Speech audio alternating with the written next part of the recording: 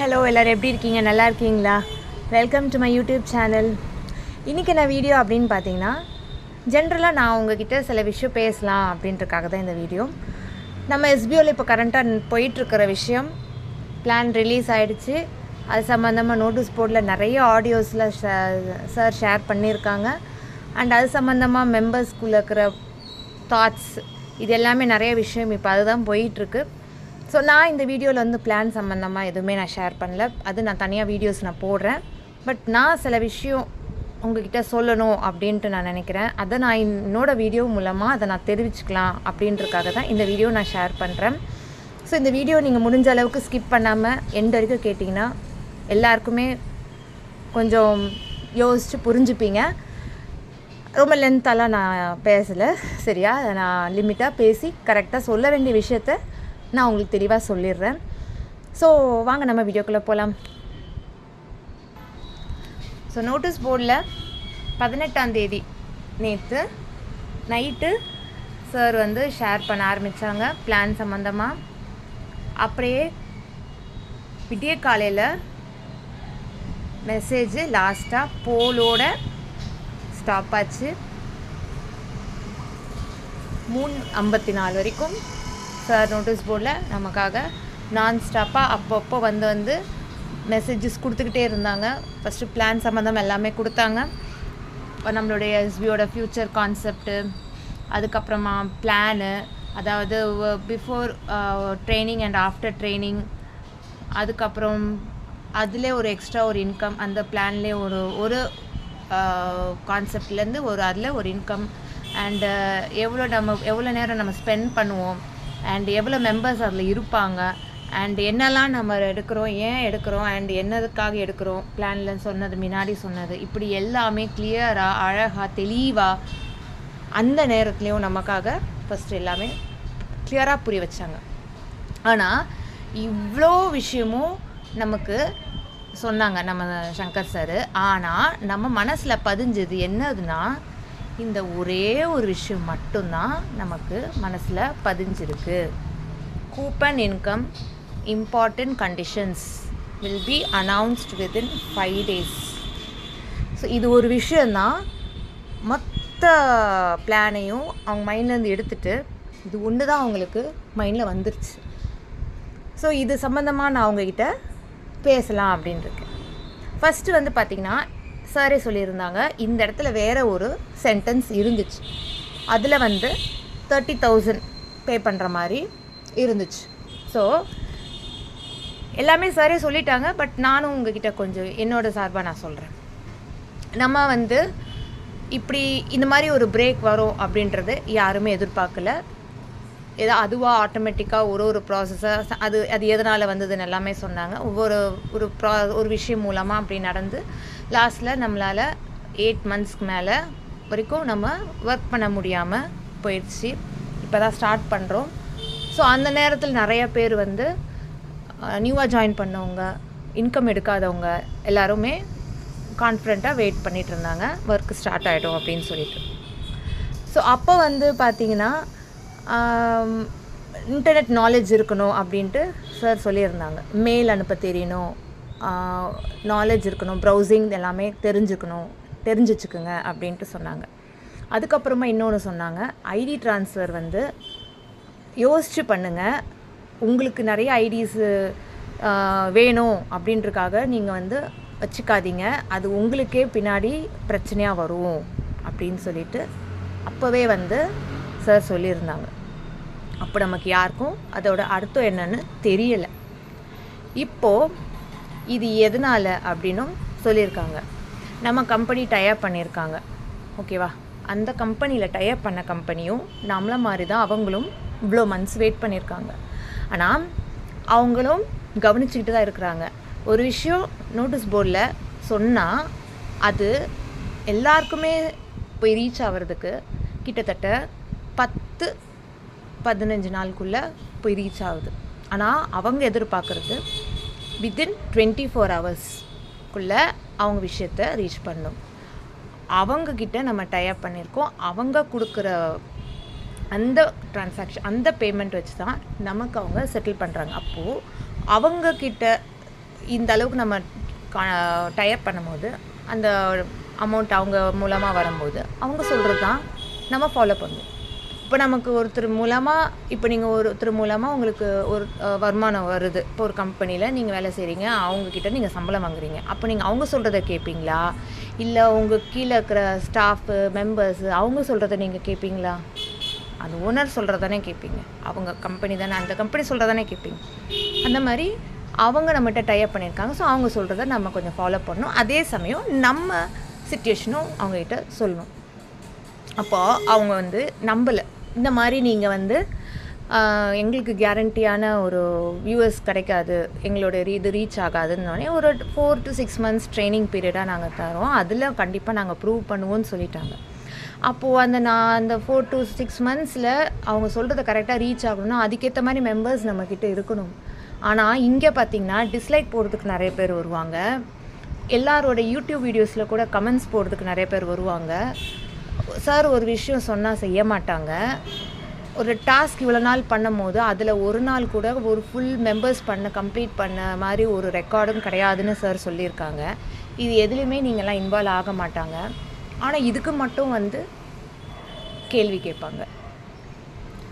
அப்போ இந்த மாதிரி வந்து இப்படியெல்லாம் வந்து எதுலேயுமே இன்வால்வ் ஆகாதவங்க எப்படி ஒரு ஒர்க்கு கொடுத்தா செய்வாங்க?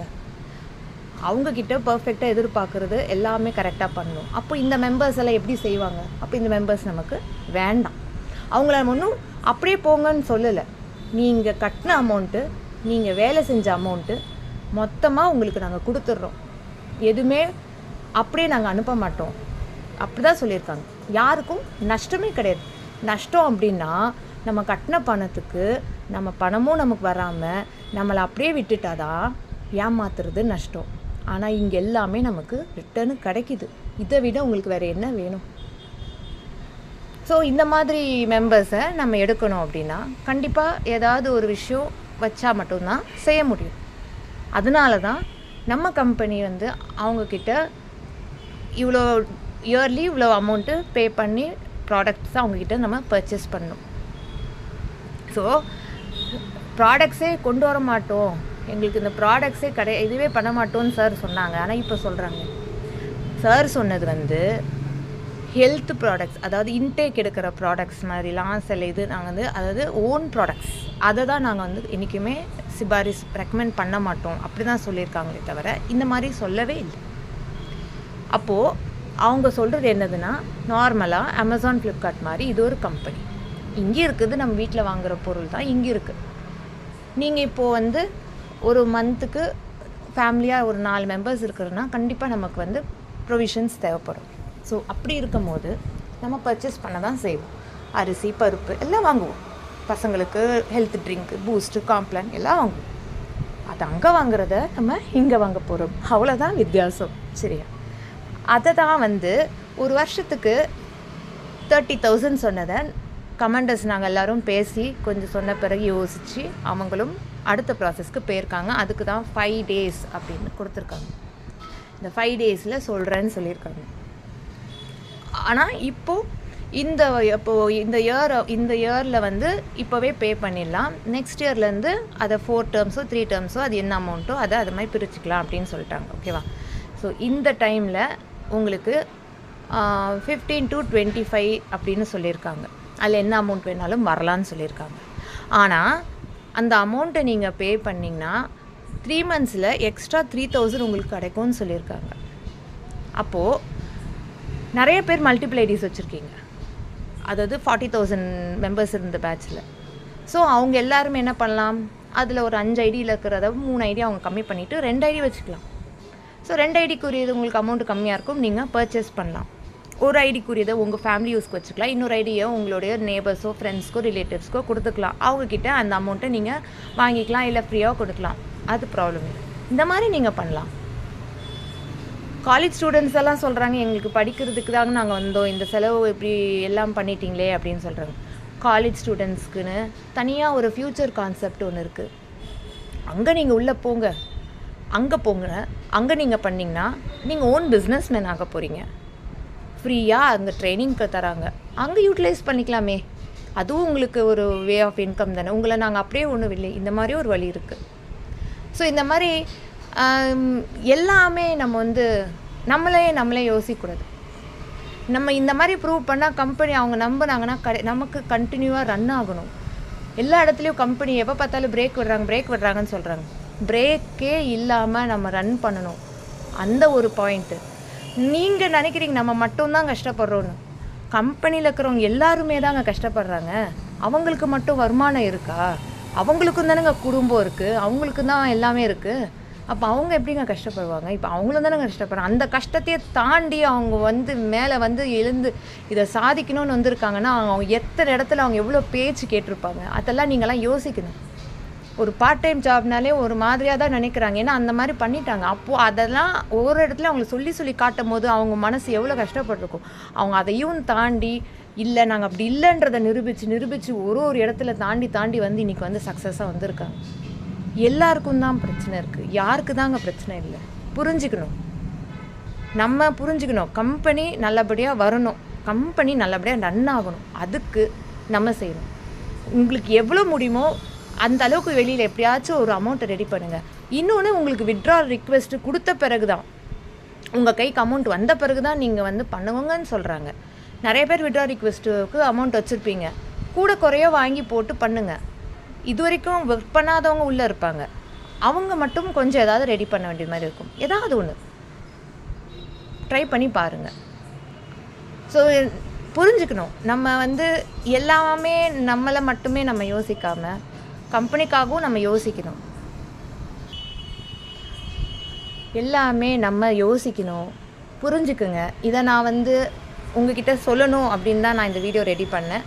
எனக்கு இதில் ஏதாவது கமெண்ட்ஸ் வந்தாலும் நான் எதை பற்றியுமே நான் யோசிக்க மாட்டேன். ஏன்னா அது இயல்பு, மக்களுடைய இயல்பு, அது பண்ண தான் செய்வாங்க. ஆனால் நான் சொல்ல வேண்டிய விஷயம் உங்களுக்கு அது ரீச் ஆகணும், அதுக்காக தான் இந்த வீடியோவை நான் ரெடி பண்ணியிருக்கேன். ஸோ பாருங்கள், ஒருத்தர் இந்த அளவுக்கு நேரத்தை பார்க்காம உங்களுக்கு வந்து இந்த மாதிரி, ஸோ ஒருத்தர் இந்த அளவுக்கு அவங்களுடைய தூக்கம் இது இல்லாமல் நமக்காக ஒன்றும் நான் டைம் எல்லாம் போட்டு பாருங்கள். காலையில் இவ்வளோ மெசேஜ் பண்ணுறாங்க நம்ம சார் எவ்வளோ, ஆனால் யாருமே அதை பற்றி யோசிக்க மாட்டேங்கிறாங்க. தயவுசெய்து புரிஞ்சுக்குங்க. நம்ம கம்பெனி நல்லபடியாக வரணும், நல்லா ரன் ஆகணும், கரெக்டான மெம்பர்ஸ் உள்ளே இருக்கணும். அதை நீங்கள் புரிஞ்சுக்குங்க. பணம் தான் இருக்கிறாங்க, பணம் இருக்கிறவங்க தான் உள்ளே வர முடியும் அப்படிலாம் நினைக்காதீங்க. ஒருத்தவங்க பணம் கட்டி உள்ளே வராங்கன்னா அவங்களால எப்படியாச்சும் நான் கம்பெனிக்கு நான் இருக்கிறேன், நான் வருவேன் அப்படின்ட்டு வராங்க. சில பேர் வரேன்னு சொல்லுவாங்க, ஆனால் அவங்ககிட்ட பணம் இருக்காது. அவங்க ஏதாச்சும் ஒரு வழியில் ஏற்பாடு பண்ணிக்குங்க. ஏதாவது ஒரு விதத்தில் கொஞ்சம் நம்ம எல்லாமே கொஞ்சம் நம்ம யோசிக்கணும். அவங்களும் பார்க்கணும், இங்கேயும் பார்க்கணும், எல்லாமே நம்ம பார்க்கணும். அதனால் தயவுசெய்து புரிஞ்சுக்குங்க. இந்த ஓட்டு எல்லாருமே போல் ஓட் போடுங்க. நான் இந்த டைம் நான் சொல்லியிருக்கேன், இது இன்னும் கூடிய சீக்கிரம் இந்த டைமிங் முடிஞ்சிடும், சார் சொன்ன டைமிங் முடிஞ்சிடும். ஆனாலும் பாருங்கள், 82,000 பேர் பார்த்துருக்காங்க, ஆனால் ஓட்டு பார்த்திங்களா 46,000, பாதி. இப்படி இருந்தால் எப்படிங்க நம்ம கம்பெனிக்கு ஒரு வியூஸ் கிடைக்கும்? சிந்திச்சு செயல்படுங்க. எனக்கு உங்ககிட்ட இதை பற்றி சொல்லணும் அப்படின்னு தோணுச்சு, அதனால் இதை நான் ஷேர் பண்ணியிருக்கேன். இது சம்மந்தமாக உங்களுக்கு ஏதாவது கமெண்ட்ஸ் இருந்தால் தாராளமாக பண்ணுங்கள். அண்ட் இந்த வீடியோ பிடிச்சிருந்தால் லைக் பண்ணுங்கள், மறக்காமல் ஷேர் பண்ணுங்கள். தேங்க்யூ.